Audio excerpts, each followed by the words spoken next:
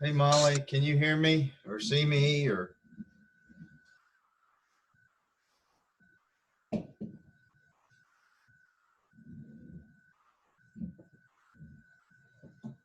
Make sure. For some reason I can't hear you.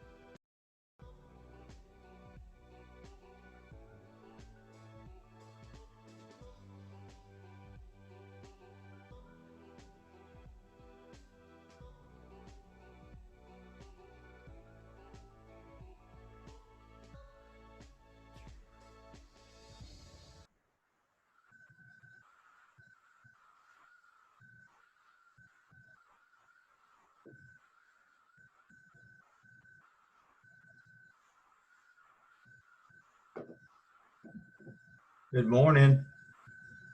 See a few on the call. Good morning. Good morning, Renita. How are you? Good. How are you doing? Good. I'm partially at a vet appointment. As we're gonna take my dog Punky Brewster to the vet. We almost have matching glasses on today here. Yep.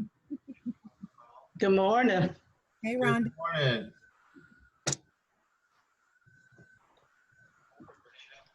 Good. How are you doing?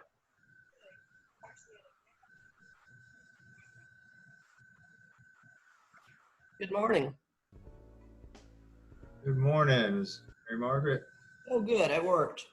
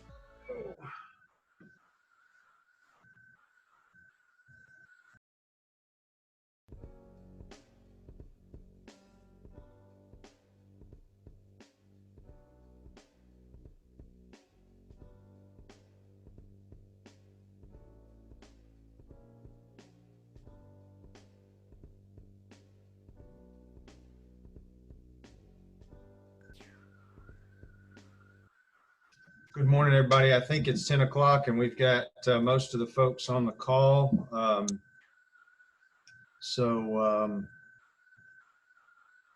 go ahead and call the meeting to order. Certainly want to thank Mr. Germany, Mr. Sterling, and Mr. Harvey for coming back before us this morning. I know we had a shortened time with them back during the end of session, and also with us this morning, a couple of our fellow members that wanted to weigh in is Representative Bentley and Representative Dreyer. So they're going to take a few minutes towards the end of this meeting as well. So thank you all for being here. Thank you to the committee members for dialing in. It's new for me, so I'll try to do best I can at recognizing folks when they have a question. If you could me privately, that might help to make sure that I don't miss someone with the screens working the way they are. And we'll try to get all those questions in as much as we can. And I would, maybe just ask our presenters today if if they could, hopefully, so we don't keep anybody any unreasonable length of time, keep any answers as succinct as possible. I know you will try to do that, but we'll just ask that on the front end. I'll say a quick word of prayer, if that's okay, if you'd like to join me, and then we'll get started. Father God, thank you for this day. Thank you for the opportunity to meet and gather. Please bless these proceedings. Keep us ever mindful of the needs of others, humble and kind. And Lord, we just ask your blessings on the families of those members represented here today. In Jesus' name we pray, amen. I'll turn it over to the Secretary of State's office, and Mr. Sterling, are you ready? Or I don't know how y'all plan to start, but I'm gonna turn it over to you in case you have any initial or opening comments, and floor is yours. Chairman, this is Ryan, Germany. I was having some audio problems. Were you turning it over to us? Yes, sir. We'll turn it over to y'all, and y'all, any presentation or any beginning remarks that y'all like to share with us. Sure. So thank you for your time this morning. Thank you for inviting us. I will share a few things first, and then we're happy to answer any questions. The few things I wanted to share were, one, I wanted to give an update on what we have done and what the state election board has done in particular to prepare for the upcoming November election. I wanted to give you guys an update on the litigation that has been going on around elections, and I'm happy to answer any questions. But one thing that came out recently, as I get into what the state election board has been working on, is a report from the RAND Corporation as part of their initiative called Countering Truth Decay. And I think it's an apt title because I think there has been a lot of truth decay around Georgia elections. So this RAND report found that Georgia was one of the most prepared states from a law and policy perspective to deal with voting in a pandemic. And the way it came to that conclusion was it looked at our law's ability to be flexible, to allow different types of voting. And as you guys know, this is what we've been saying about Georgia elections for a long time. It talked about our automatic voter registration, our 16 days of early voting, which has been called the gold standard, and of course our no excuse absentee ballot program. I'm happy to circulate that. I can send a copy of that to you, Mr. Chairman, to send to the committee if you'd like. The state election board has taken a lot of actions this year to prepare for voting in a pandemic. I think they've all been successful. At first, the state election board passed an emergency rule allowing for secure absentee ballot drop boxes to add for another form of contactless delivery for absentee ballots. The other thing that the state election board did in an emergency rule is it allowed counties to process and scan but not tabulate absentee ballots a week before election day. So given the huge increase in absentee ballots in the primary, which is something we expect to see continued throughout this election cycle, we really thought it was necessary to give the counties that extra time, and I think the ones that took advantage of it found that it was good. After the June primary, the state election board extended both of those emergency rules through the rest of the election cycle. This past week, the state election board took some additional action. It amended the emergency rule about early processing to add an additional week of early processing. This was a request that came from the counties who liked doing it early. It helped them. There was an article I read last week that talked about how New York City is still counting votes 6 weeks after their primary because of some of the things they put in place. And we did not find ourselves in that situation, I think because of some of the things that we put in place that really set the counties up well. So the state election board has extended that emergency rule through, or extended it to add another week of early processing. So basically the 2 weeks before the election, the county can be processing and scanning, but again, not tabulating absentee ballots. It's similar to when you go early vote. You scan your ballot. It's not tabulated yet, but it's scanned, so it's easier to tabulate when the election is over. The state election board also passed an emergency rule dealing with the absentee ballot online request portal, something we've been working on with our vendor. We've been doing some testing on that, and I think our vendor's making some additional enhancements to that right now before it goes live. But that's something we expect to be able to go live this month. And so the state election board passed an emergency rule, and that's going to allow voters to request an absentee ballot online. It interacts with the state voter registration database, and it requires matching a name, date of birth, and driver's license number, similar to the way our online voter registration works. And if all that's done, you can submit your absentee ballot request online.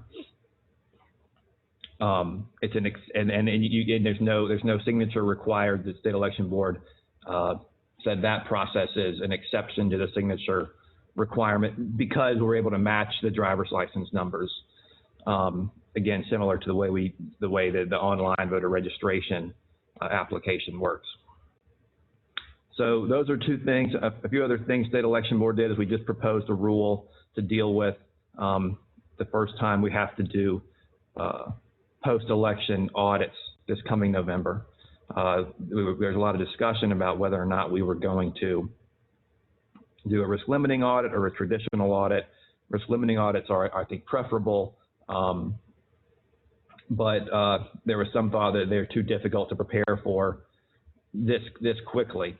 After working with some audit experts, we think that the risk limiting audit is the best option because in HB 316 that you guys passed a couple sessions ago, we are supposed to get there as a state by 2024.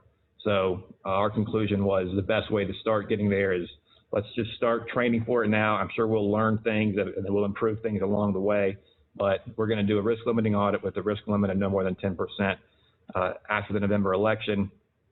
So that's another reason why we wanted to extend the time that the counties could process absentee ballots. So there's an audit rule. We also proposed a rule to set the scanner thresholds, the thresholds for scanners.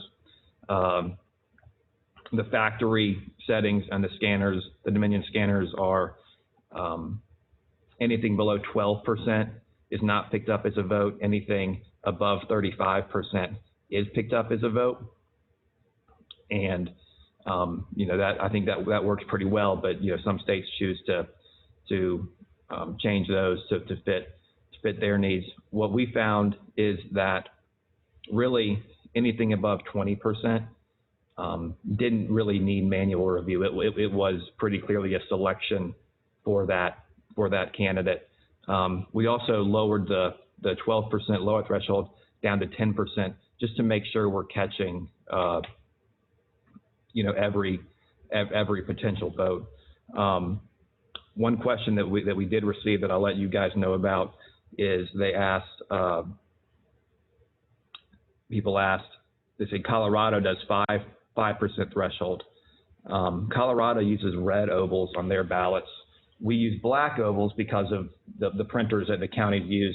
That's how they're set up. The black oval itself shows up as a kind of about a 5% threshold. So you basically aren't starting at 0, you're starting at 5%.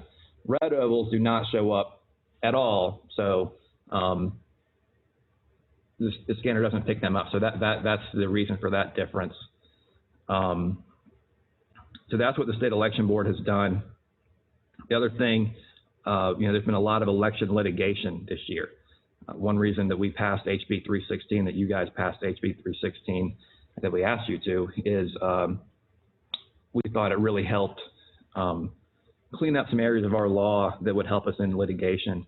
Since we passed that, there's not been any, there's been a lot of preliminary injunctions that have been requested from judges to change certain aspects of our law. They've all been denied. The exception is one that had to do with the number of signature requirements for independent candidates, and the judge actually entered the relief that we suggested, and it was less than what we offered the other side in settlement. So I just wanted to let you guys know that I think what you did with HB 316 has been very successful in keeping judges from stepping in and kind of changing Georgia election law or Georgia election regulations right before an election. And I expect that there's more litigation to come. I'm sure that we're kind of in that season right now, but I do think we're in good shape to continue that trend.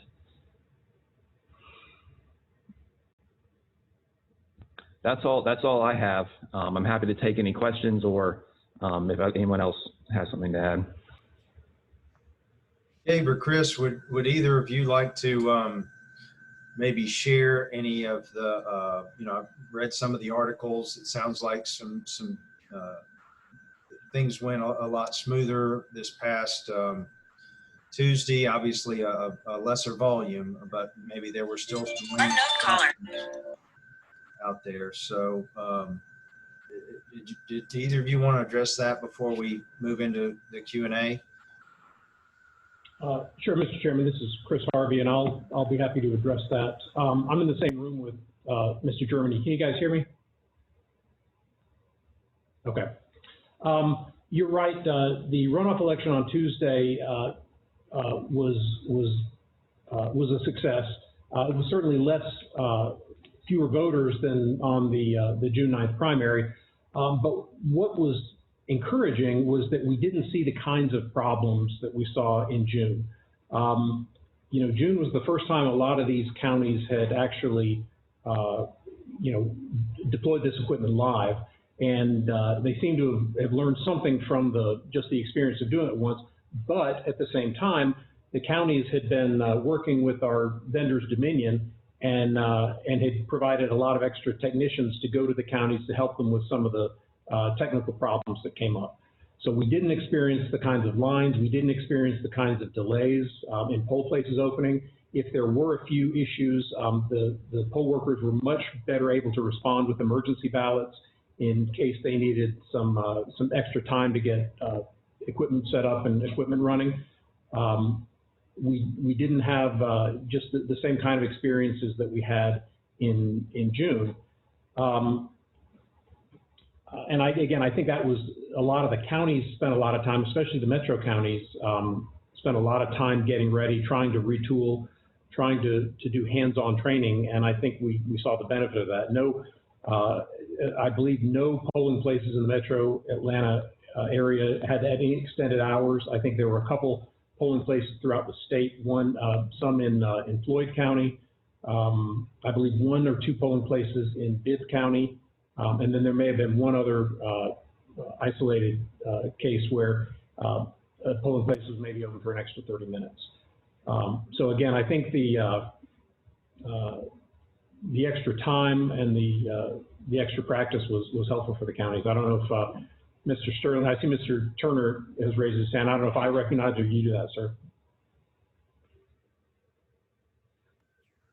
I am told that I'll need to recognize these as they raise their hand. I'm trying to get, if you can send me a private message, it doesn't get lumped in necessarily with some of the others, and I can see it easier. But if you've got a private question, send me a private message. Just say question, and I'll put you on the list and get you recognized in order to ask a question.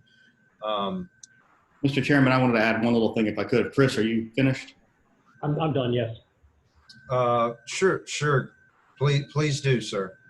Thanks again for having us today. I do want to make clear a couple of things.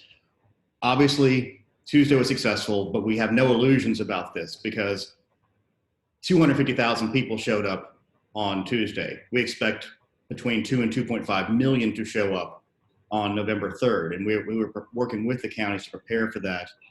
And we are still operating at a time of COVID. And as an example of that, one of the areas that had a precinct in Rockdale County was delayed because they had to move a location because of COVID for a half an hour, and that was done a week ahead of time. We had hundreds of technicians trained, prepared to go out in what we call the Big Four and Chatham as a first run on this to help in the counties. And on the Monday before, we found out that one of the techs that we had trained was in the hospital with COVID, so we lost 20 people the day before. What we're all going to have to understand and deal with is that operating in a pandemic like this, we're going to have to be nimble, we're going to have to be resilient, and we're going to have to overhire. We've talked to our Dominion contractors about that. We've talked to the counties about overstaffing for poll workers. Our efforts at the Secretary of State's office, we've already received in, I believe, just a little over 3,000 people who want to be poll workers. We've handed them off to the counties over the last couple of months. So we're doing all we can to get the counties the poll workers and technicians that they need. At the same time, we've just ordered 11,000 gallons of hand sanitizer that we'll be distributing to all the counties as well. We are working to get a plexiglass vendor lined up so we can do a large contract that the counties can then buy off of. And we have given away, I don't know how much, we've done several different grants to the counties to help get ready for this. And we're extending our Dropbox grant now for the next round of counties that didn't use them last time. Well over half of the counties did use drop boxes. Some didn't use them at all, in part because they were concerned it was an emergency rule, and why are we going to spend money on something we only use one time? I think we all see the benefits of this now, so some of them are already reaching back out to us to purchase more drop boxes in some of the more rural and heavily minority counties. We're hearing requests from on that, so we are extending the Dropbox grant, as well as we're looking to see what we can do with the PPE grants if we need to. But we have spent through most of the $10.8 million of CARES money we have. We're down to about 600,000 of that, and nearly 9 million of that alone was on the absentee ballot program. So it was successful. We feel good about that. And a couple of things I want to lay out there. Mr. Germany talked about us having the absentee ballot portal, and yes, that makes it easy on the voters. What it really does is takes a lot of burden off the counties. As we all saw, there were issues, especially in some of the larger counties, the usual ones we discuss, where a lot of stuff simply didn't get processed. And that's really was a Fulton and Decay thing more than anywhere else.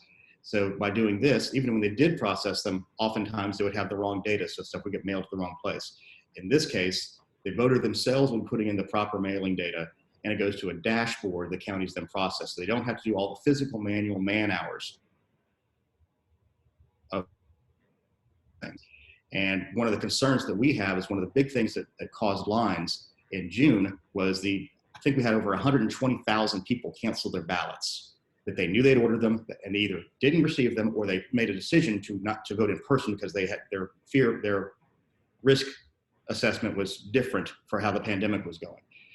And since we're expecting essentially 3 times as many people to show up on Election Day in November, we anticipate a similar amount for the absentee ballots.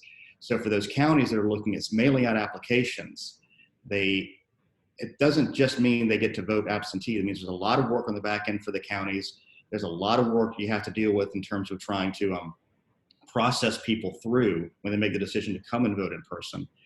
And we're going to spend a lot of time and effort to get people to vote early, especially this first 2 weeks that we really don't focus a lot on historically. So we understand everything we do to get people to vote before the election day is going to be a help on election day. Fulton County is a specific one.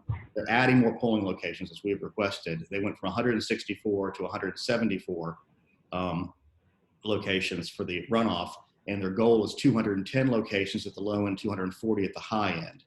So we're working with Fulton especially, but all the counties, trying to get them to add more polling locations and make sure we have enough techs to deploy around the state to make sure that the ticky-tacky things that happened to slow things down wouldn't happen again. As an example, some of y'all may have seen that we put stickers on the encoders to say this side to poll workers. But no matter what we do at the state, There was one particular polling location where there was 4 poll pads set up, and all 4 of them had the thing facing the opposite direction of what the sticker said. So there's only so much we can do at the state level when there's a lot of training that has to be done at the county level. We are coming up alongside them. We're giving them more guides. We've done additional training on adjudication to help that process. I think changing the thresholds is going to help in some of this. And we also have, remember, for people in Fulton, DeKalb, and Clayton, we're going to have the District 5 special election, which will be another run through this equipment. It'll be the first time we can set everything at the 10 to 20% ratios for the adjudication that Mr. Germany referred to. So we have a lot of things running at the same time. We're continuing the analysis. And I cannot remember, since the last time we spoke, we gave a bunch of data to the county showing them, these are the polling locations where you have issues. This is the polling location where you need to focus on poll worker training. This is one where you don't have enough equipment, and kind of making them all look at those things. We are now have about 130 counties that have given us their intent to deploy plan for their polling locations. And we're running those through our algorithm right now, trying to say, this is what we anticipated voter turnout's going to be. And we're going to give them a rating of, you're good, you're green, you're good to go. This polling location is going to be fine. Yellow, you're going to need to have some more people and or some more equipment to make this polling location work. Or red, which is, ain't no way, no how, no matter how much people or equipment you put in this location, you're going to be able to function. As an example, we all saw the lines at Park Tavern. Now, our analysis after the fact, when we looked at that, because they collapsed, 16,000 voters there, a good portion of those had already early voted, but they opened the door with 350 people in line. They were literally the 4th or 5th fastest processing polling location in the state. They were doing 160 voters an hour. But because they started with 350 and they had so many to come through, that they were never going to catch up. So it's, at the end of the day, this is a math problem. We're trying to get the counties to understand that. So we have 2 real choke points. One is the check-in points on the front end, and 2 is the scanner in the back end. So we've done the basic math, and we have sort of a rule of thumb that we've told them now. If you have 1 voter coming every 25 seconds, evenly throughout the day, which we know never happens, you can get through 1,725 voters in a single polling location with 1 scanner. Now, you can throw extra equipment at it, but you have to decide what's the best use of the equipment and rationalizing where you have your people going to the polls. Like and especially in metro counties, you'll have some polling locations with 600 voters and some with 8,000 voters. That's not a rational way to use the equipment and people that you have, but we're trying to work with counties to make it as rational as we can. But it's not a one-size-fits-all. Lumpkin County has a single voting location for their entire state. And, hold on one second, for their entire state. And which is entire county. There's 22,000 people to vote through there, and they have no problems whatsoever. So we're working with every county individually. We feel better about where we are right now, but knowing that it's going to be a huge challenge come November 3rd. But I just want to kind of lay that out there and say we're trying to set a good foundation for everybody to have a successful day on that day. Thank you, Mr. Sterling. I appreciate all of you, your opening comments. I'm going to start some questions here for you. If I can, I believe the first request came from Representative Nguyen. Representative Nguyen, your question. Thank you, Mr. Chair. I have a couple questions, and I just want to start off real quickly with a question related to election security, since that has been a topic that has come up repeatedly through some of these hearings. In 2018, David Dove, who was the executive counsel for SOS under Governor Kemp, testified at a House meeting that there were literally 0% instances of voter fraud in Georgia. Has that number remained the same under the current administration?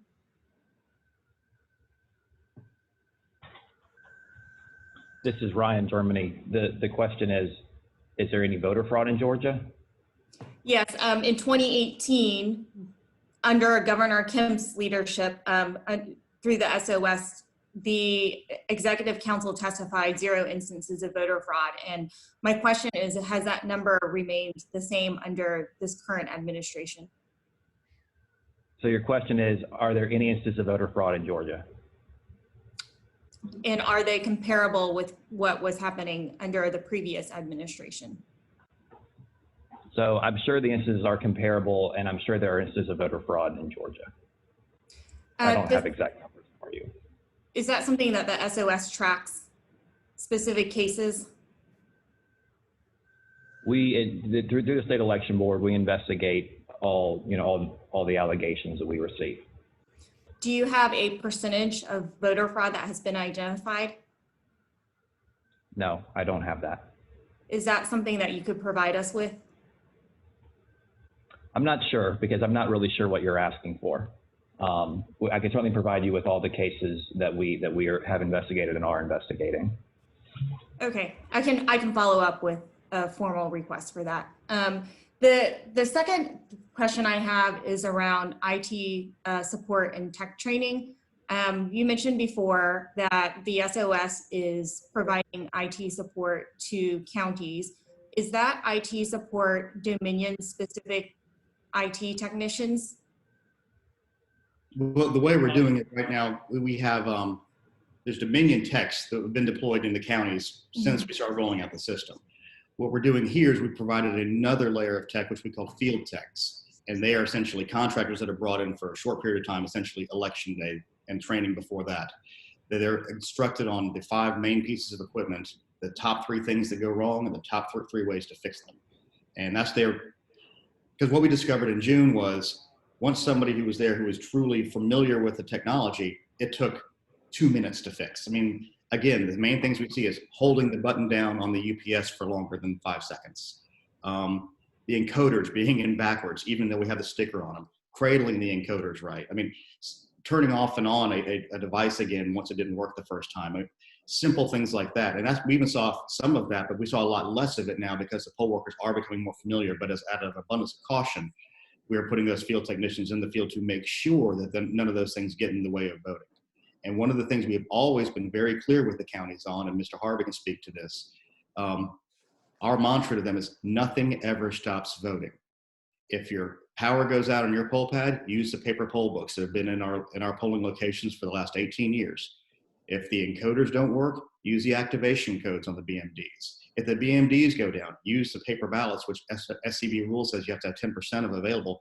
A lot of these backup systems were not happening in June. And again, in large part because the experienced poll workers who knew the backups, regardless of what the technology was, weren't there to kind of explain to the people who've never done it before. This is not uncommon. This is what we do.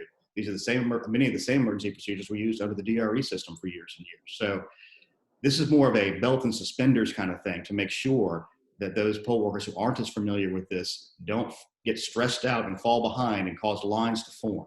So that's what we're really focused on, and they are going to be Dominion techs. However, we're working with the counties. As an example, Fulton County provided all their own techs this time, which allowed us to spread more of the Dominion techs to other places that we weren't going to fill originally.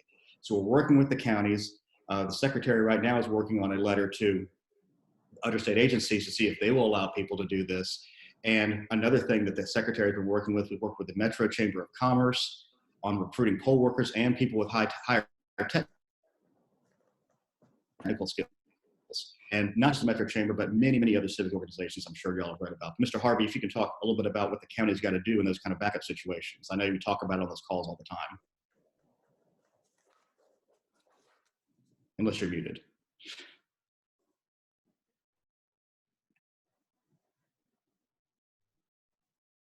Unmute yourself, Chris. All right, is the phone muted? Yeah, can you hear us now? Can you hear me now? Yes. Okay. Yeah, they're backups for any mechanical issue or technical issue that comes up with voting. There's a redundancy. We've gone over that with the counties and shared that with them. We're in the process now of creating laminated cards that are very, very easy to read, almost on the style of what you'd see in the back of an airplane about what you do in a disaster, with the graphics and very easy steps to follow. So yeah, our goal is to never have voting stop unless there's just some unavoidable emergency situation. I want to speak just briefly to Representative Wynn's question too. You mentioned IT technology. I would just clarify that the Dominion techs, when I hear IT, I think like networks and county infrastructure. They're not working on that. They're working specifically on the the election management system, which is essentially the brain of the county election computers, and then the machines that are out in the field. So I would distinguish the voting system. They're technicians for the voting system. They're really not IT professionals working in individual county networks. Do you have a specific number of Dominion techs that will be deployed for the November elections? And then how do you determine how those are dispersed throughout the state? The goal is to have a 1-for-1 ratio, 1 tech for every polling location. It's a lofty goal. And as we talked about on Tuesday, we lost 20 out of the gate. And what we're doing is based on the data points we got from June and the data we're gaining from the deployment plans. If we see places that have higher issues, like if there was a place that opened up late and closed late and had a very slow throughput, you start with those places that look like they're having problems. And you kind of work your way down a hierarchy of need based on where you saw issues before, where you anticipate seeing issues based on voter behavior, turnout models, and amount of equipment in those places. It's sort of like, it's a ranking system, for lack of a better term. So we know there's places, from hell or high water, we're gonna have a tech there. The other places that they can probably get by with that one, but it'd be good to have one. But if we don't have enough, that person may not have a tech there. But our goal is to have 1-for-1, and we're gonna have to overhire to do that. But it's been difficult right now in large part. We had a lot of no-shows on the election day, in part because when Fulton went away, people wanted to go to Fulton to do it, and there was no place for them, so they didn't want to go to Gwinnett instead, even though it was essentially the same drive. But they didn't tell us that. So we understand we're going to have to really work on this, and the nature of temps and contractors is that it's going to be difficult to make sure you have 100% of them show up. But our goal is to have as many of them show up as they can, and the ones that do show up go to exactly the places where we know or really anticipate a potential for an issue. And then, I know you if you have some more questions, I'm going to try to get through some of the other reps here. Yeah, if I could just ask one more question, Mr. Chairman. This is related to just some of the news that we're hearing about the delays and potential delays with the US Postal Service and the fear that ballots may not reach counties in time for Election Day. Is the SOS willing to consider emergency policy to accept ballots that are postmarked by Election Day and received within 5 days of the election? And also, is the SOS willing to mandate that we have at least 1 drop box per county? So no, given the everything that has to happen after it at the election, we can't extend the deadline to accept ballots. I think that's the kind of thing that gets you into the problem that New York City is in, where they're still counting ballots 6 weeks after an election. In a presidential election, that doesn't work based on constitutional deadlines. It also doesn't work in Georgia elections based on deadlines for certification, and now we have to add audits into that as well. So no, that's not something that we would consider doing. I believe Pennsylvania just decided that they would be counting within 5 days after the election yesterday. Is that just from the technical standpoint? I mean, is that something that we're able to do through executive order? Just the ability, not the commitment to do it. I'm not sure.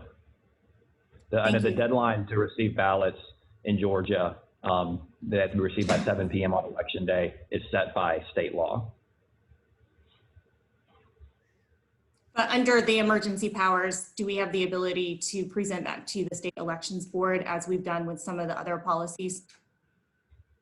I don't think through the state election board, no. Great. Thank you. Thank you, Mr. Chair. Thank you. Representative Brunel. Thank you all for all that valuable information.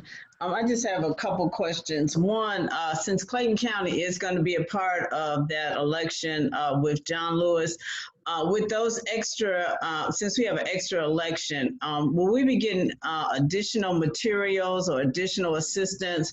Because our election person said that they're probably going to have to work longer hours. So are they compensated in a different way, or do we get more grant money because of that?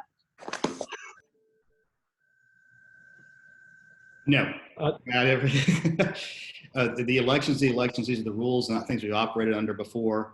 We will be deploying the techs, and we will be doing them the normal support the SOS does. But there's no additional grant money. The grant monies that we expend, that we consider for CARES and HAVA, are for generally one-time expenses that do not cover personnel costs. That's one of the bigger things I need to make very clear to everybody. But this is the kind of special election that has been happening for 20 years, and we haven't historically done that before. So, but we will be deploying the techs, and it'll be another run through for that. Ryan, did you have anything else you could say about that? I would just say that we will be providing some PPE and some of those supplies for November. So if they burn through some of that stuff in September, we plan on resupplying them in November. So we would be able to provide some of that. Okay, and then are you all still using all the counties to submit an inventory to us so we know what they have, so we can keep them stocked up on the PPE side.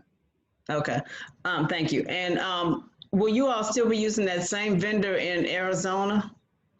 You're only using the Arizona vendor will be the rollover list, or anybody who has put a absentee ballot request into the ENET system by the date that we do the rollover list, which I think is scheduled for right now around September 20th or 19th.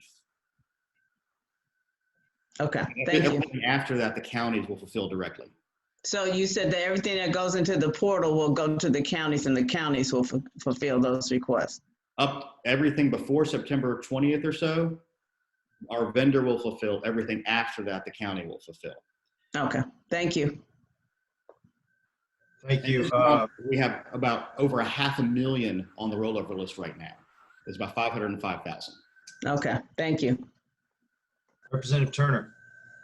Thank you, Mr. Chairman. And I have several questions, so if I'm taking too long, feel free to cut me off.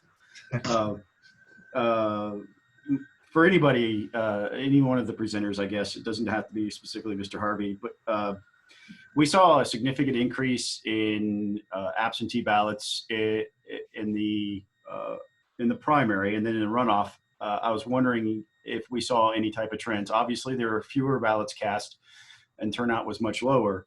But are we seeing any type of trends? Do you have a breakdown of absentee by mail, advance voting in person, and day of election voting as a comparison yet?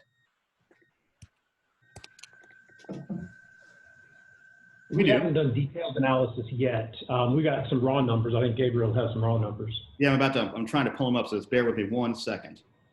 All right, so as of close of business on election day, some of these will probably come in afterwards, but this is where we're at right now.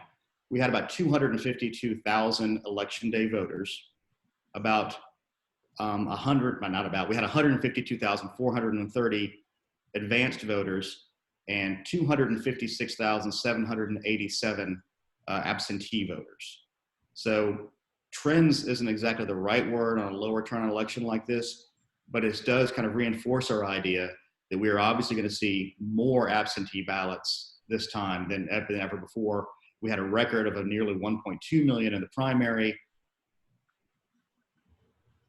and plus putting in the portal. Plus, we know certain counties and third-party groups will be sending out applications to people.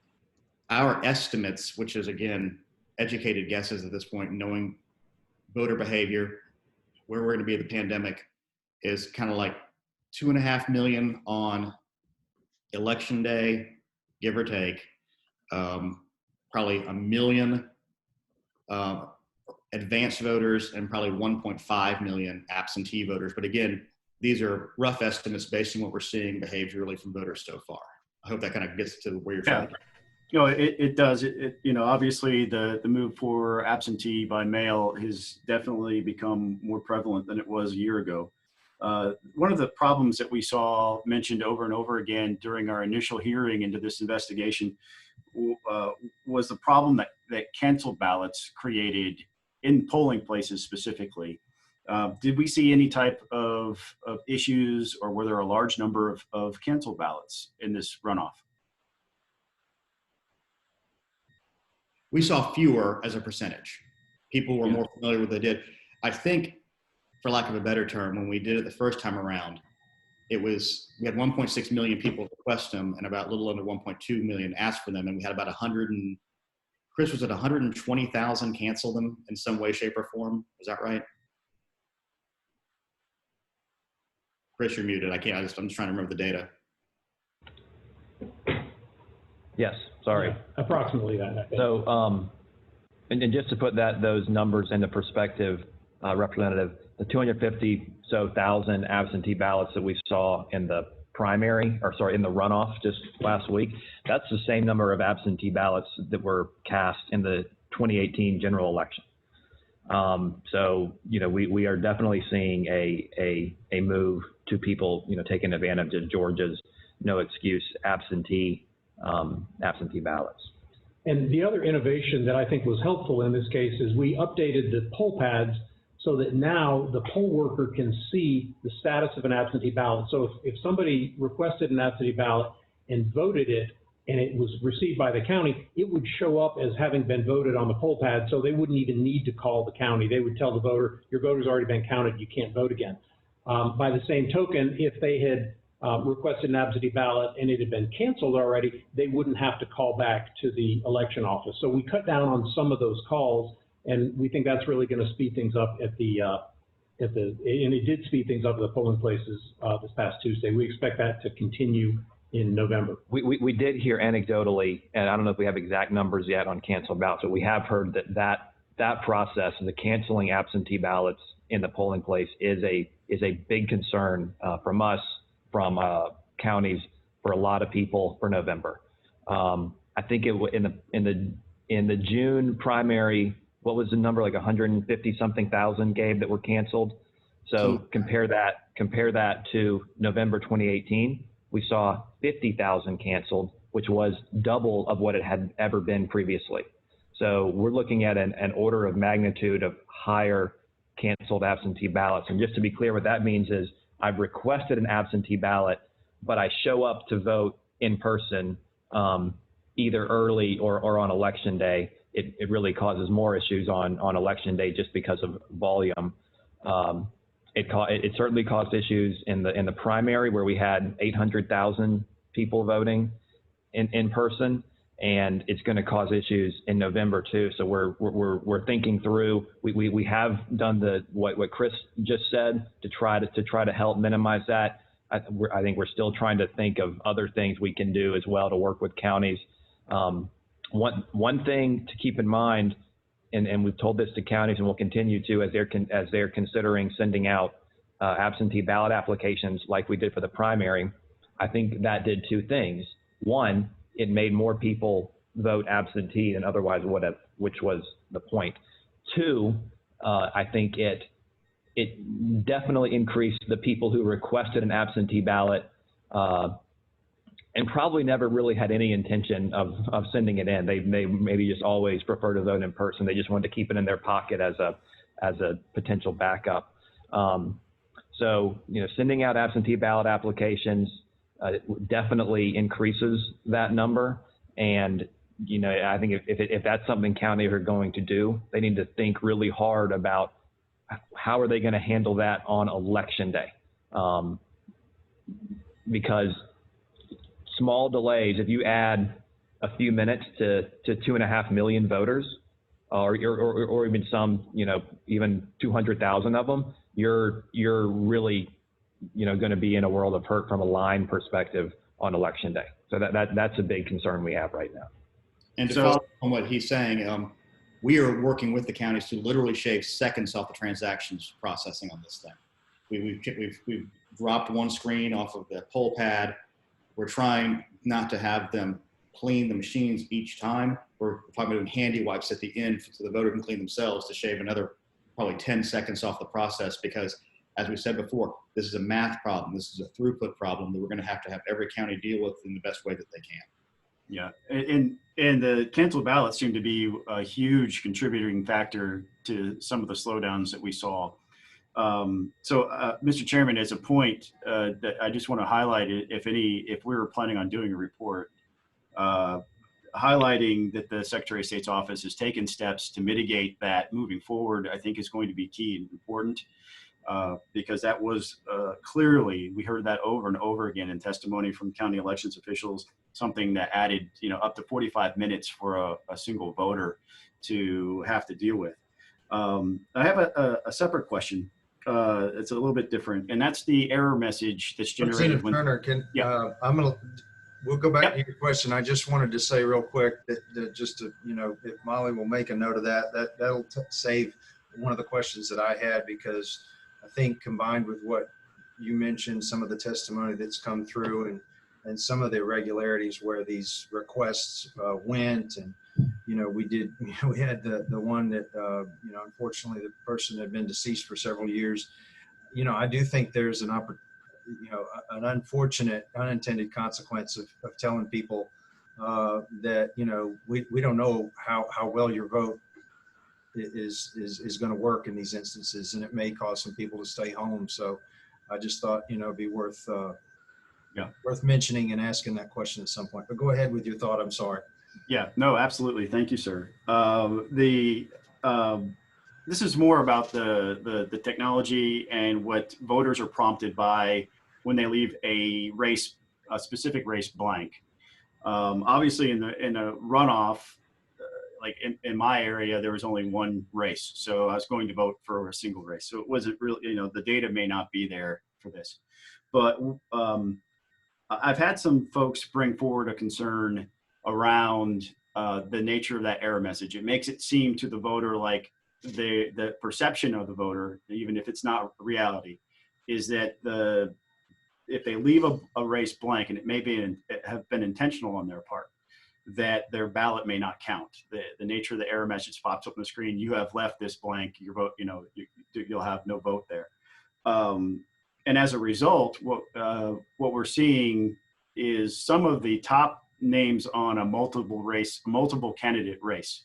And I can point to a specific House race for District 20 here, where a candidate spent very little effort and time campaigning. They nearly made a runoff in I think a 5-way race, and they were the first name on the ballot. And I know this person; they're a good person, but they didn't campaign. And there were 2 candidates that made the runoff that campaigned and worked very hard, but they weren't the first name on the ballot. And so the perception of some folks is that because the voters were prompted that their ballot may not count, that they just went and selected the first name on the ballot. Has there been any discussion at all? Is this a concern for anybody about this issue?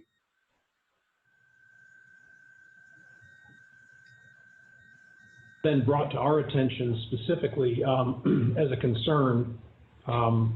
Chris, you were cut off at the beginning saying that has not been brought to your attention, correct? No, it hasn't been brought to our attention, but either by voters or election officials, frankly. So it's not something we're aware of. Okay. I know that we are somewhat limited in what we can change on those types of things, but I think we can certainly look into that. Thank you. And then my last question for this round would be this runoff that we have now. Obviously today is the Friday afterwards, but we still have 4 counties on the Secretary of State's website that are reporting as partially reported. And actually, as I've done this, 2 of them apparently have been updated. Do you know what's going on there? Why at those particular counties? It looks like maybe Whitfield, Floyd, Emmanuel counties haven't completely reported yet. What are they waiting on?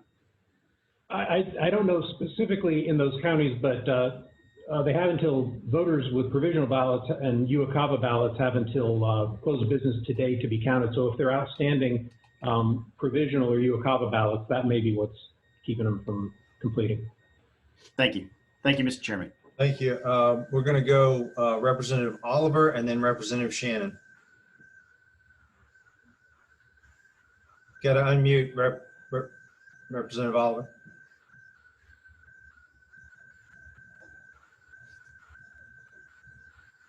Thank you, Mr. Chairman. Several of us are from DeKalb County, and I'm trying to understand the question that the Secretary of State is raising in relation to DeKalb County's decision to send out applications to every one of the 530,000 voters, what was my number. Secretary of State thinks that that's too many voters to send to, or that there's some other list. And my specific question is, I'm trying to understand where the Secretary of State's complaint is directed. Is it directed at the individuals that were previously purged by the Secretary of State? Or why does the Secretary of State think that DeKalb can't decide its own list of voters to receive by mail automatically an application for ballot for November 3rd? Thank you for that question, Representative.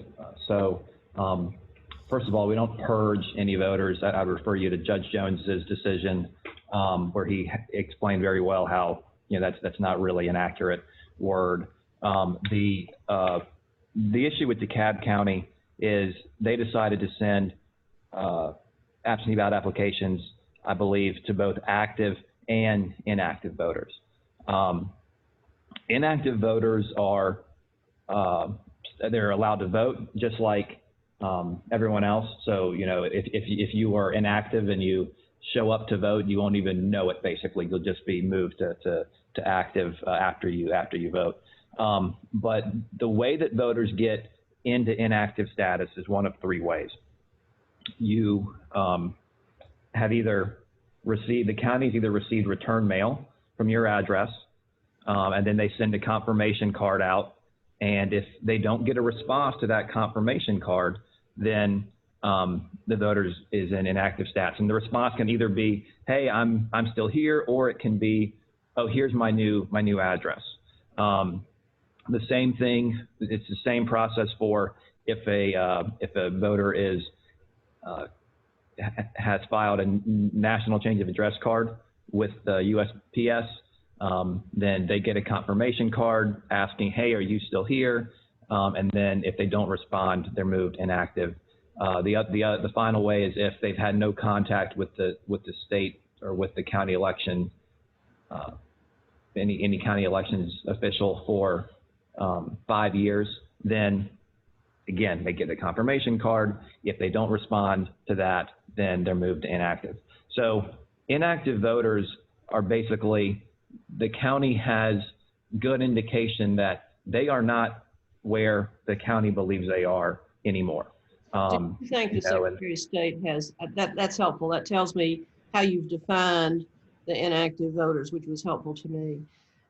Are you taking the position, do you believe this SOS has authority to tell DeKalb County not to send applications to those inactive voters if that is the decision of the DeKalb Election Board? I'm curious about where the authority might be. So I think what we have said is we think it's a bad idea for them to do that. Okay. But you don't assert that you have the authority to tell them who to send the applications to? No, I don't think we cannot control what they do or do not do. Thank you. In relation to, you said I'm very hopeful about the portal, but you said two different things about the portal usage. One time you said that it could be used for applications for ballots, and the other time you said it could be used for ballot requests. And that's a national discussion. There are a bunch of states where you can go directly for a ballot. Other states you have to go first for an application. Which is true on the portal that you are designing for Georgia? Okay, so the portal is basically another it's a new way of filling out the absentee ballot application. Not for a ballot, but for an application. No. It essentially is the application. So every voter has to send in an application to receive an absentee ballot. Typically you send those in, you fill out a paper form. What the absentee portal is it's basically replacing that paper application with this online process. So it's one step for the voter. The voter goes to the portal, asks for a ballot, and the ballot is sent to them by mail. Assuming the application is accepted, then yes, ma'am, that's correct. Thank you. Let me ask finally, Mr. Chairman, this will be brief. I'm following very closely a race in Chatham County where there's an 18 vote discrepancy in a Democratic primary.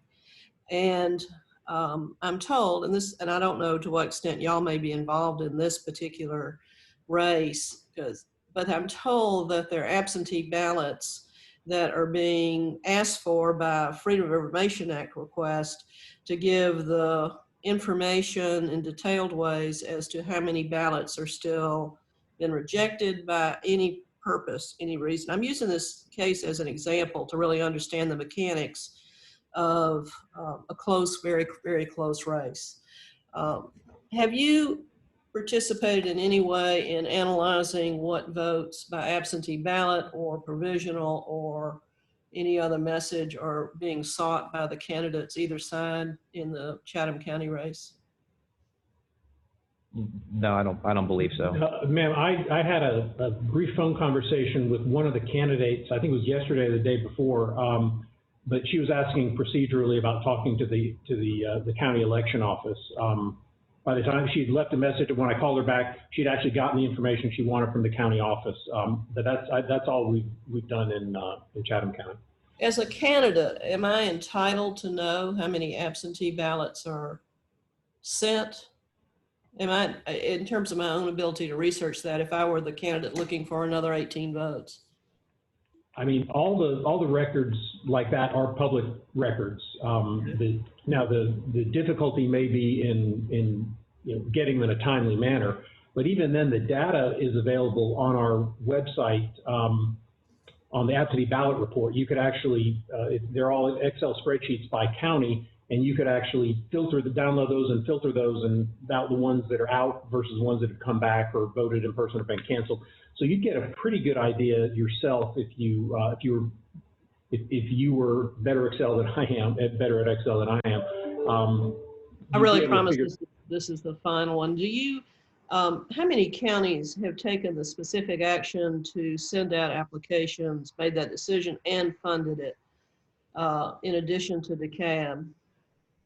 As far as funding, I'm not positive. I think Fulton is considering it. I think Richmond is planning on it. Whether it's funded, I don't know. I've learned that Douglas County is preparing to. Again, don't know whether it's been approved by for budgeting.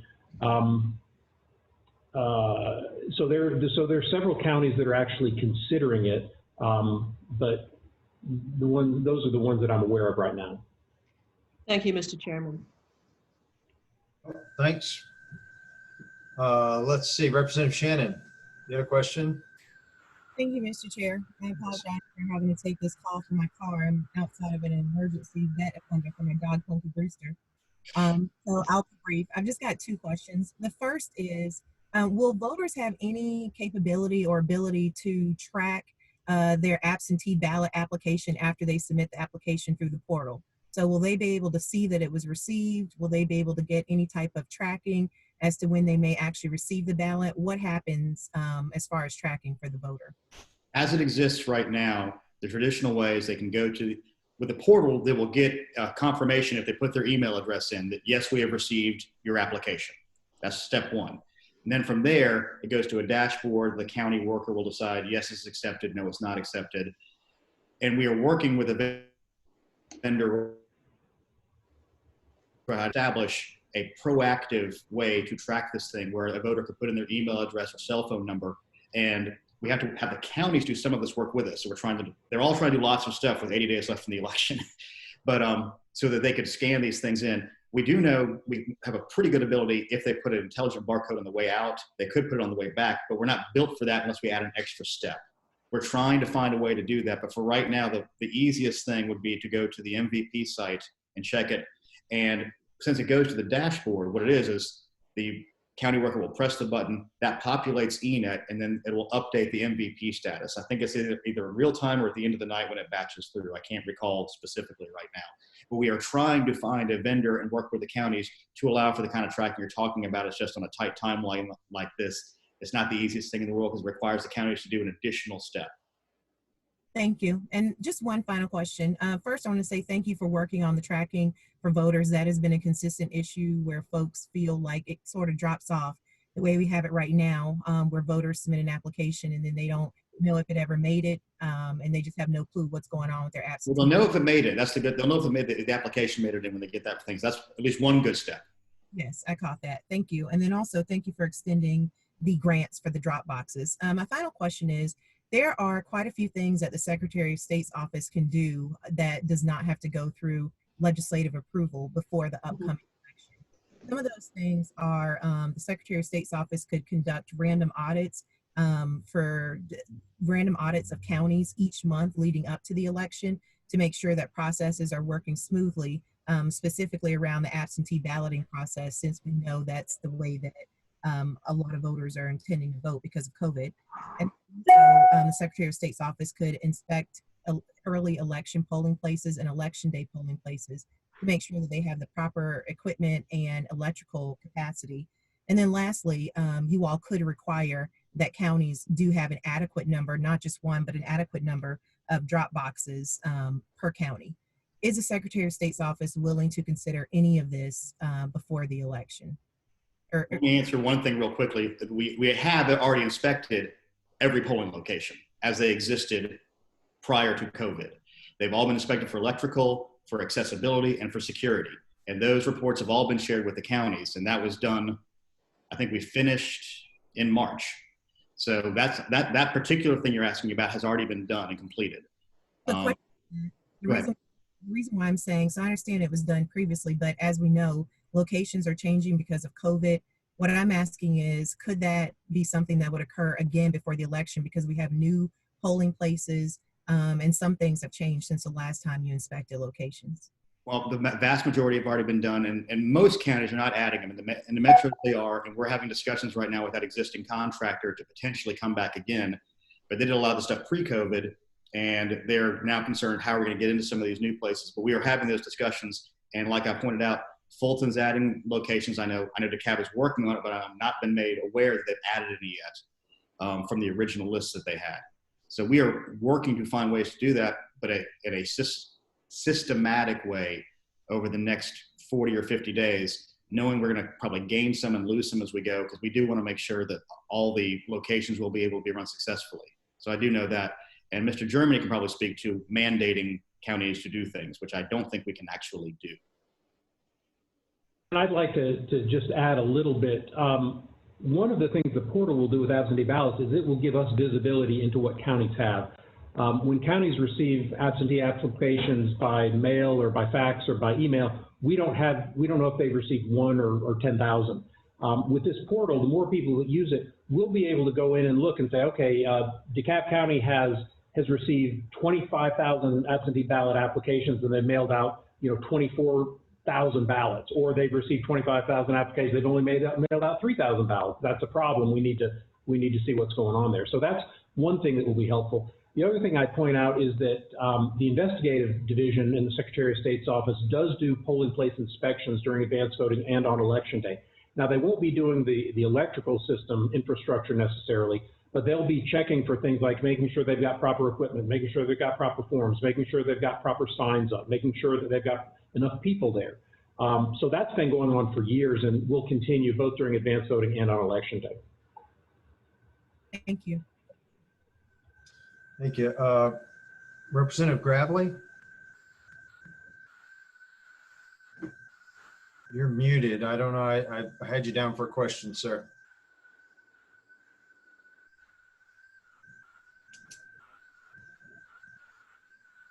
Hello. There you are. We got you now. Thank you.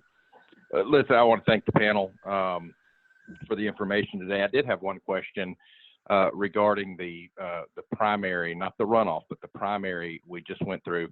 I'd heard some reports from other states. How many of the mail-in ballots were you not able to certify due to ineligibility, or how many, the voter didn't live here or was sent accidentally? Do we have a number or percentage of how many of the mail-in ballots were unable to be certified due to whatever irregularity? Chris, you're muted. So, yes, sir, this is Ryan Germany. So in the primary, there was about 1.1, I believe, million absentee ballots accepted. And there were, and this is according to data entered into our state voter registration system by the counties.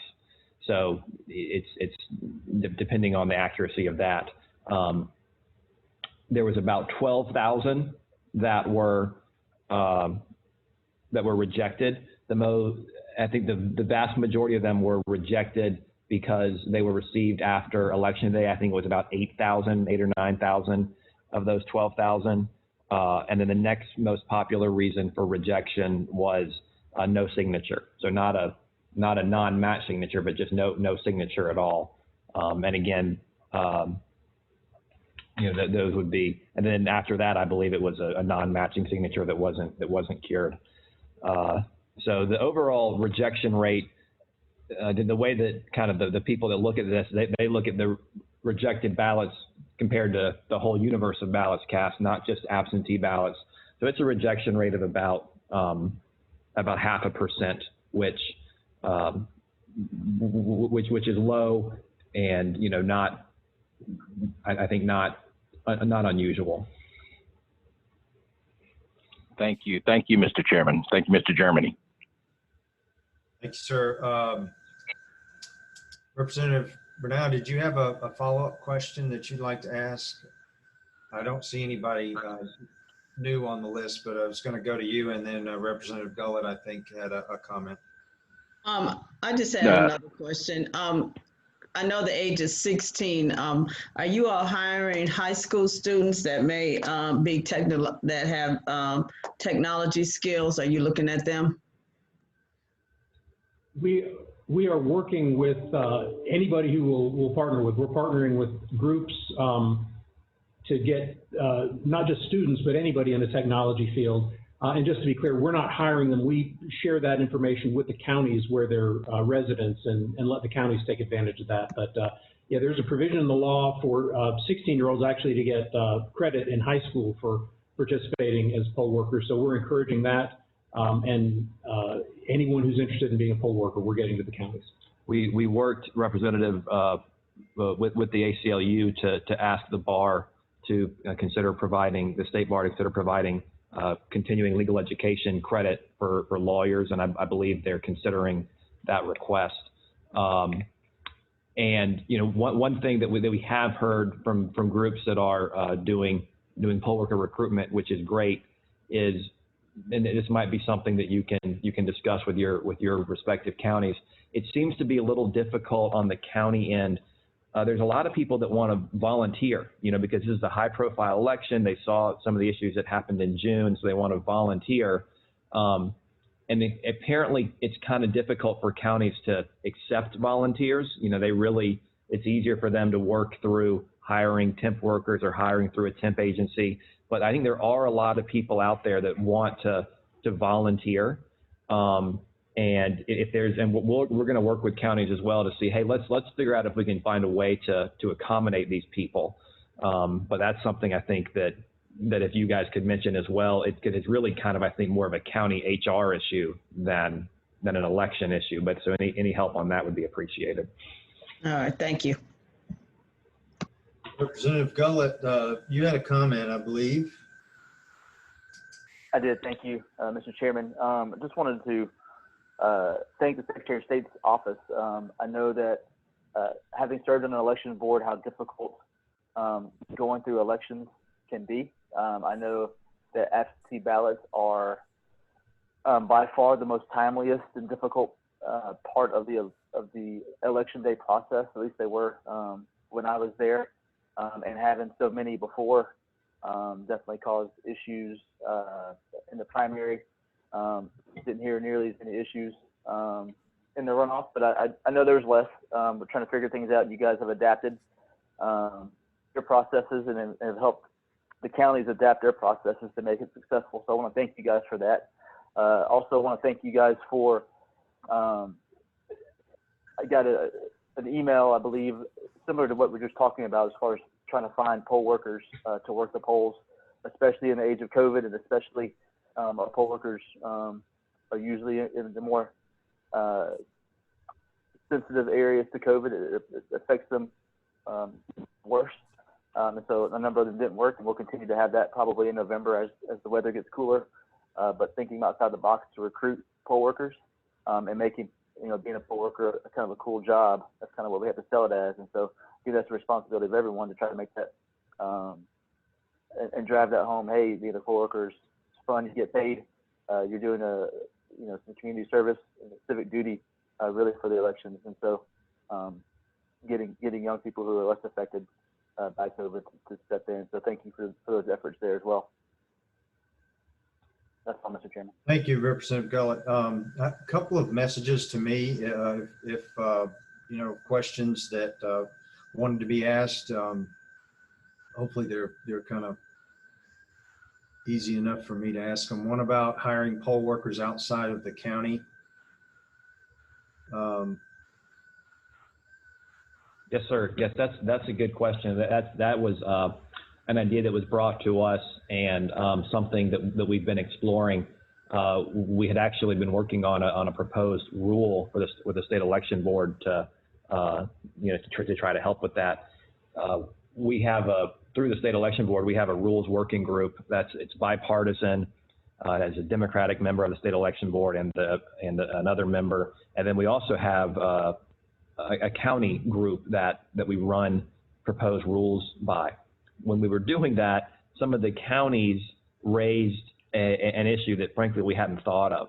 Apparently there did not used to be a county residency requirement for poll workers, and what happened then was there was kind of a vacuum of poll workers to counties that could afford to pay them more.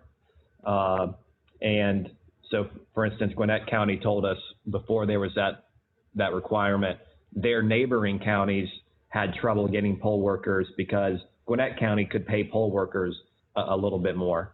And so that's something, frankly, we hadn't thought about. So we want to be a little bit careful about that. I know people are worried, especially with poll workers in such high demand. Counties are a little worried about losing poll workers to higher paying counties. So it's not something we're opposed to in principle, but we want to keep working on it to make sure we don't accidentally mess anything up in trying to fix something. Thank you. And one other, I know that when you have things that don't go exactly the way you want them to, blame starts getting thrown around. We saw some of that back on June 9th. If you've got a partnership and a working relationship that is the Secretary of State's office and the Board of Elections, and you have the counties, is there anything legislatively that we need to look at, and maybe this is peering out a little bit further, that would perhaps set responsibility and authority in a way that's more manageable from your perspective? May I ask Representative Dreyer the same question, but that was posed. Yes, sir. Thank you for the question.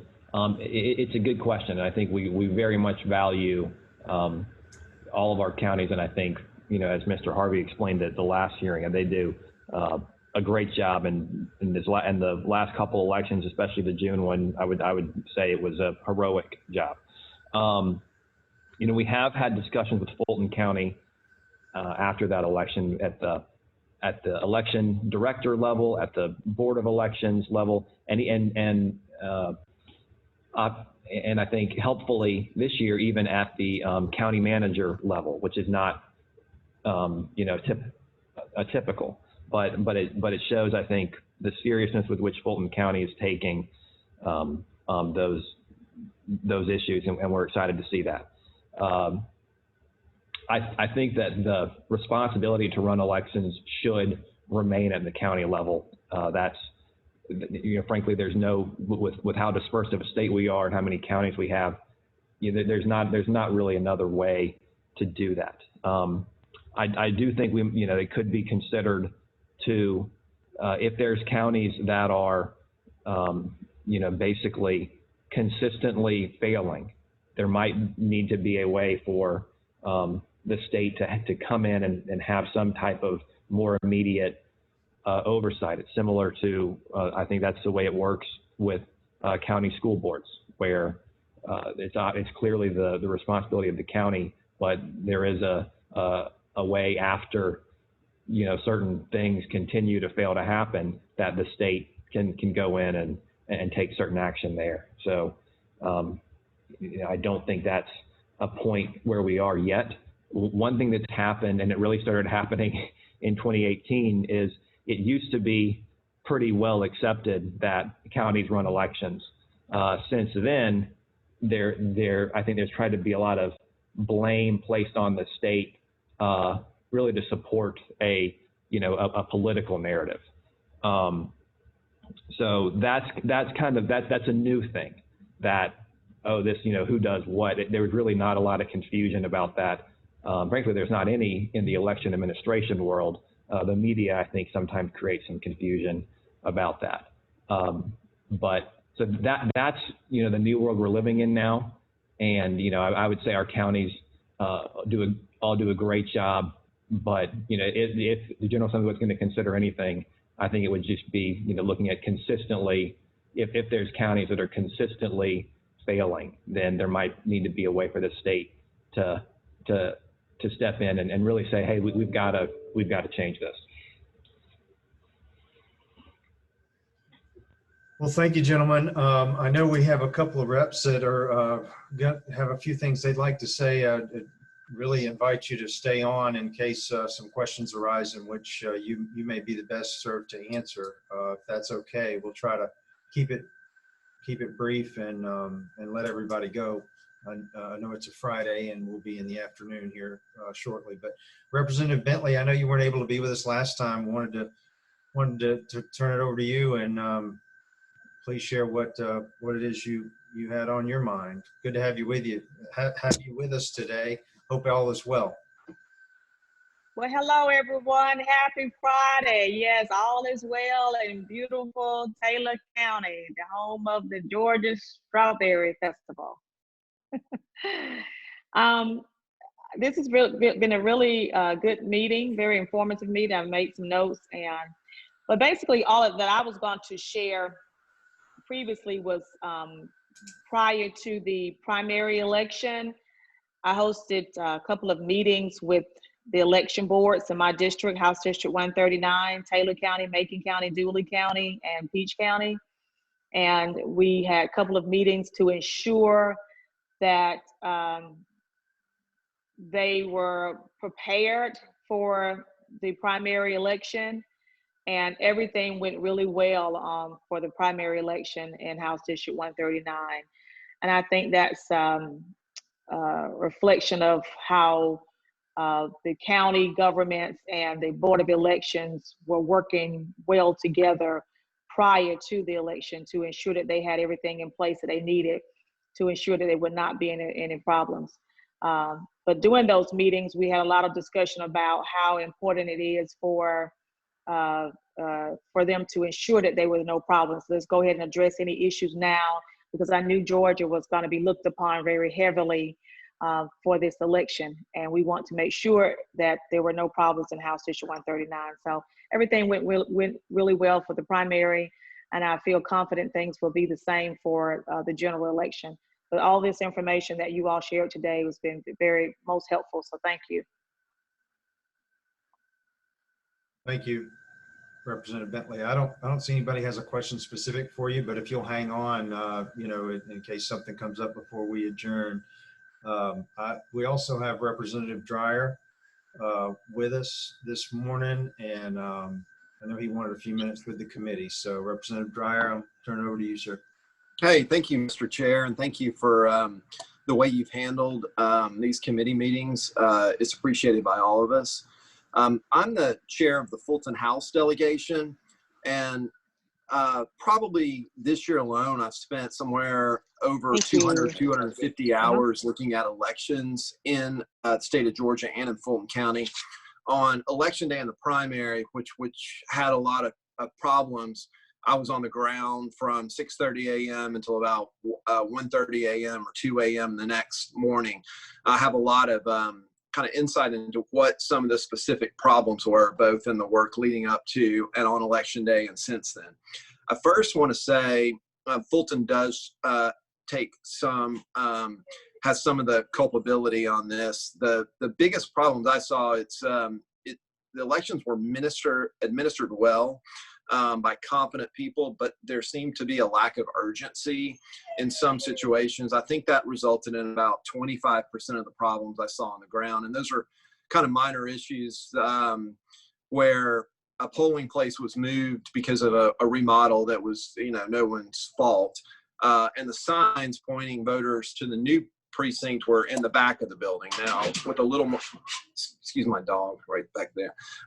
There was a little more urgency would have corrected those problems.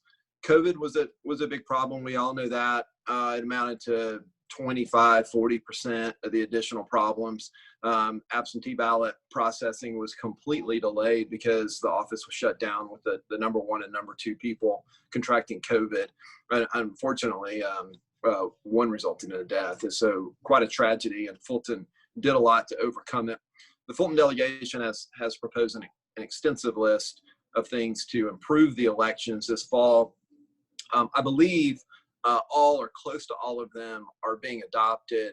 And one of that is having people with technology related experience at all the precincts. The biggest problem I saw was related to the new machines. So if you think about, there are 3 types of machines at least that need to be set up at each precinct. They have to be set up, they have to be maintained throughout the day. And that includes minor things like fixing a paper jam, which I wouldn't be able to do with the copier at my place, to more significant problems throughout the day. And then they have to be closed down at the end of the day. I sat at a polling precinct that wasn't even in Fulton County at 1:30 in the morning, ready to go home, watching poll workers struggling to figure out how to close down, print the tape that actually is supposed to be taped to the door of the precinct so people can see a transparency initiative, and then the results taken to the county processing office. I had several close friends. I asked them to be poll workers. They completed the training. They looked at all the videos, and the response I got back from them was, you have to be a technology professional to be able to do this in an adequate fashion. It's extremely confusing. I have no confidence I'm able to go do that. So I think what we will see is some improvement when some folks have experience, but there are a lot of outside groups, business coalitions that are recruiting people specifically with technology experience to go in and operate these machines. But if I was trying to do this, I would have a very difficult time. It takes a specialized set because, again, there are 3 different machines that have to be set up, maintained, repaired if necessary, and closed down at the end of the day. I will caveat, and I think this is important to know, that Fulton wasn't consulted on the types of machines in a meaningful way before the machines were selected, and to the extent Fulton had any input on it, they said Dominion is going to be the most complicated set of machines, and it's going to result in the most difficulty. And we've seen that. Another specific thing that we flagged earlier is with this process, there is budgeted by the Secretary of State for 1 scanner per precinct.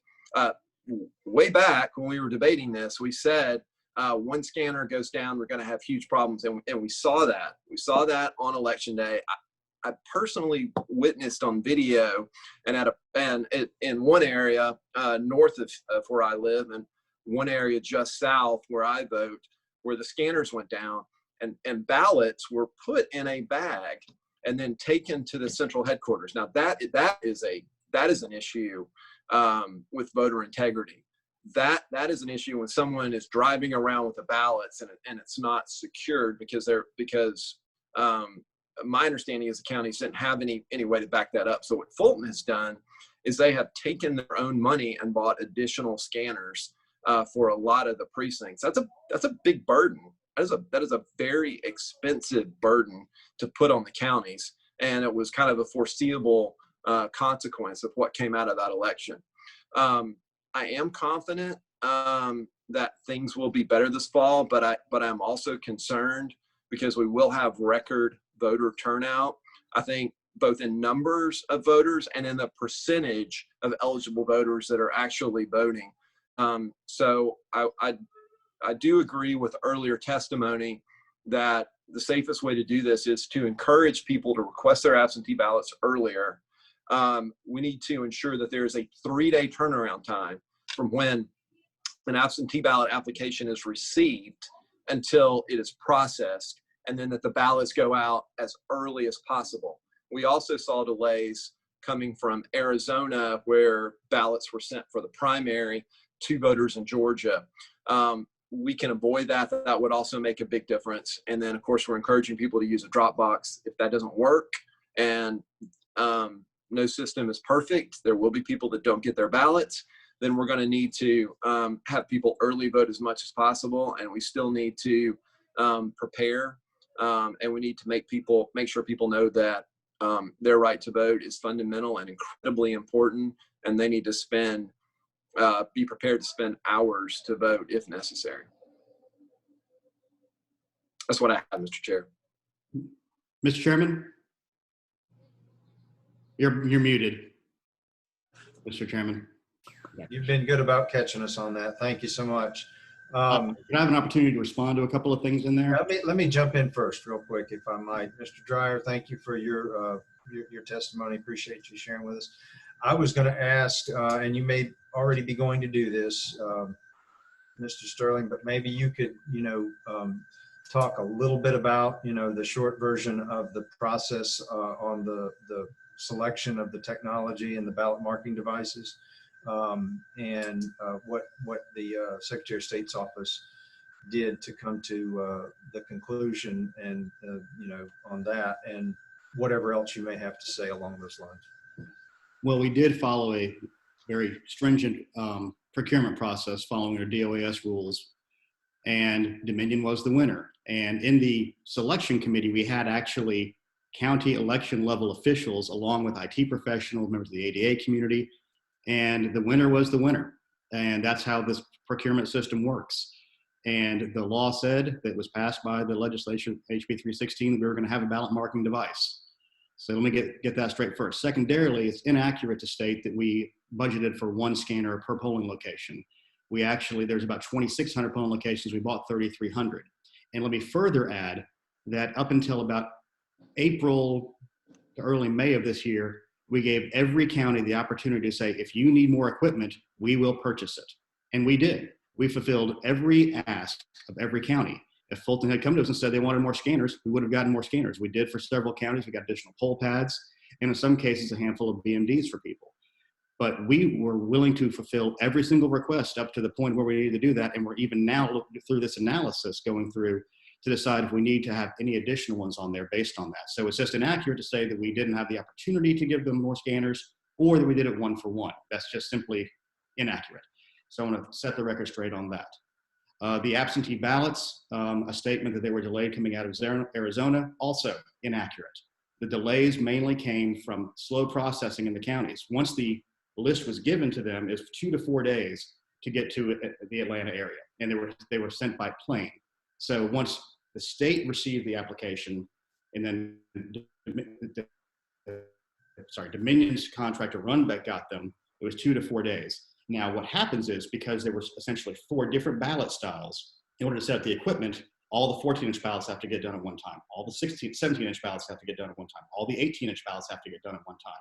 So we chose to go for the largest ones of those to get the most efficient usage out of those things to get to the states. But to state that there was some kind of long delay based on Arizona is simply not true. I know that some counties have said that, but it's simply inaccurate. And we have the postal reports to show that.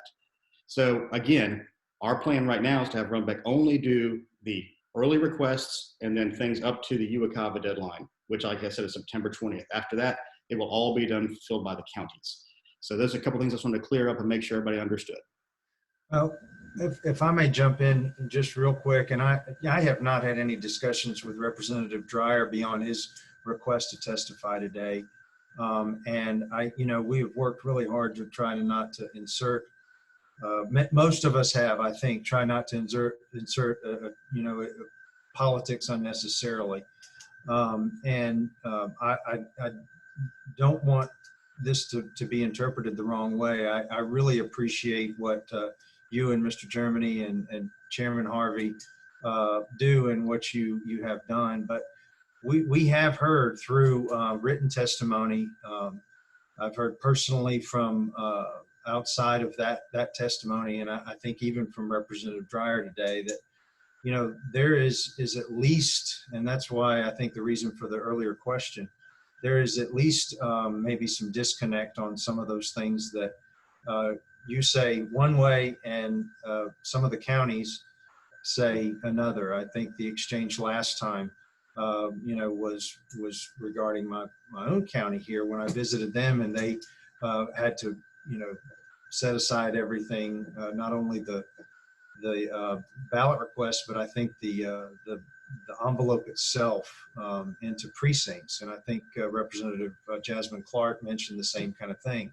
So they may not have had to do that. I remember you saying they didn't have to do that, but either they felt like they had to, or it in some way benefited them in the way that they were processing those when they received them. So I guess I would say is that, hopefully they feel, comfortable enough to come to y'all and talk to you about some of these things, should they and as they arise, and, that they can be provided some additional direction. And that's, if we need to do something from a legislative standpoint that would help, I think there's a desire among the committee members on both sides of the aisle to do that. Mr. Chairman, could I add one thing? Of course.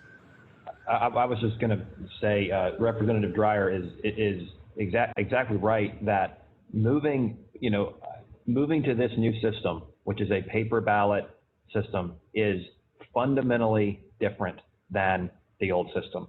And it has many more components. And frankly, that's kind of, no matter what vendor won, there was going to be additional components. But he's right. It's a fundamentally different process that it adds something we haven't had to deal with in elections in Georgia for 20 years.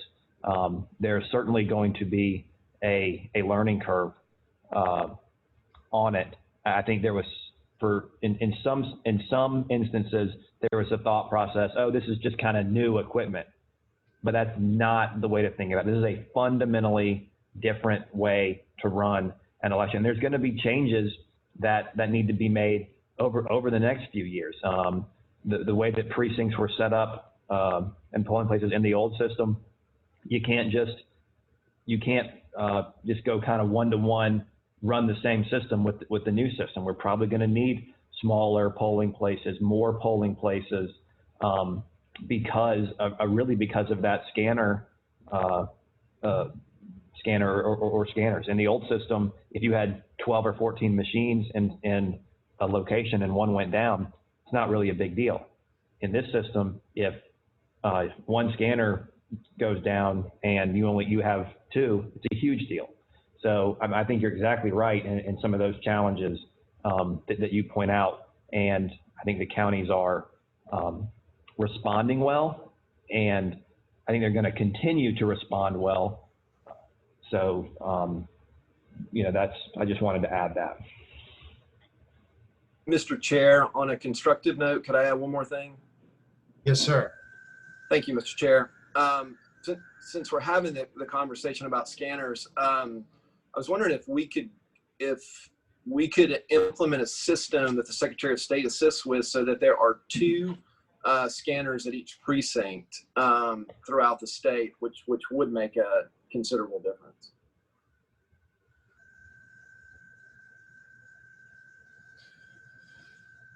I think that's something that we can consider as part of our recommendations, via the committee. As somebody who sits alongside us in the House, Representative Dreyer.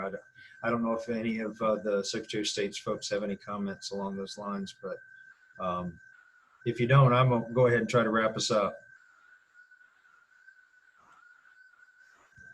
I don't hear anything, but thank you, everybody, for your time and attention. We're not only wrapping up this meeting, but we're going to wrap up this process. Thank you again to the Secretary of State's office, and I think y'all have been super busy. A lot of elections to run this year, and a lot of different things to consider. Chairman Harvey, you've had no small task. Thank you for implementing some of the things that not only have arisen throughout the process, but things we've talked about and things that are really going to be of help to you and to us here in Georgia, I think, come November. So thank you for your willingness to come back on today. Representative Dreyer, appreciate your comments. Representative Bentley, you as well. Thank you so much. And just to remind everybody, we're gonna tally up, but we've got an immense number of suggestions that have come in. We're gonna try to tally those up and get those back out to you sometime in the next couple of days, so that you can rank them. We'll have some explanation in how that's done, but we'll ask you to rank them in a couple of days, and we'll put that in as part of our report to answer Representative Turner's question. We're gonna, we'll have that as part of the headline as part of our report, or as it comes out, hopefully next week. So if anybody has any questions, feel free to call or message me. I know I've talked to many of you. Really appreciate how everyone has handled this process. And if nobody has anything else for the good of the order, we'll close us out and adjourn. Thank you, Mr. Chairman. I don't see anything. Thank you again. Y'all have a great weekend. Good Friday afternoon. Appreciate you being here. Good to see you. Good to Thank see you. Thank you. Thank you. This is Patty Bentley off.